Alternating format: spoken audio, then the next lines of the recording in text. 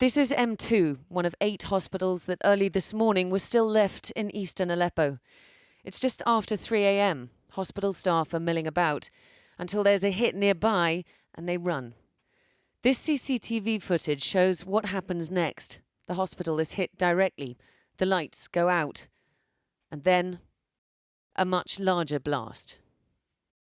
Women and children stumble out through the dust and debris and hurry to the basement where they hope they'll be safe if the bombs continue to fall.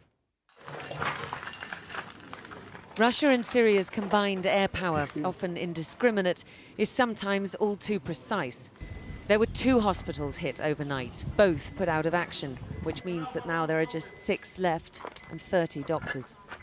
The Russian planes flew over besieged Aleppo and started dropping missiles and rockets. People who were coming to get bread from the bakery, they were martyred. The bread that no one now will ever eat. The blood which is spilt daily, the staples of existence here. The Al-Quds hospital is still standing. It moves location to escape the regime bombs, even if its smallest patients can't. What comfort is there in a mother's arms when outside the sky rains barrel bombs, phosphorus and bunker-busting ammunition?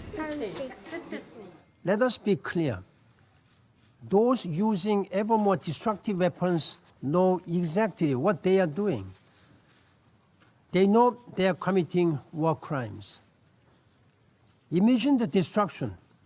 People with their limbs blown off, children in a terrible pain with no relief, infected, suffering, dying, with nowhere to go and no end in sight.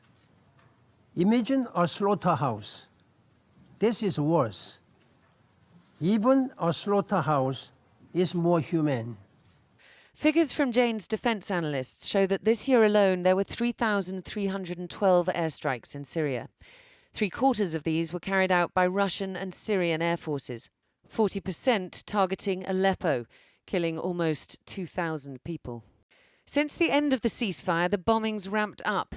The UN says bunker-buster munitions, which before were preserved for the battlefield, are now being used against civilians. And the US Secretary of State weighed in today to say he holds Russia responsible.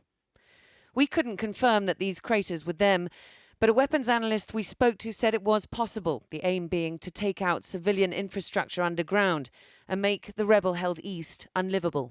They need to be quite precisely aimed to be useful. So I would guess that there's been the intention to hit either the utilities, so I can see that they've destroyed the water mains and probably gas mains and electricity going down the middle of the road, but potentially also some form of buried tunnels or something like that. There is already a catalogue of potential international law violations on the ground in Syria, including the reported use of chlorine gas and cluster bombs, let alone the targeting of hospitals. But international law has never figured high on the agenda of any of the key players in this conflict. War crimes almost a meaningless term when the bombs continue to fall.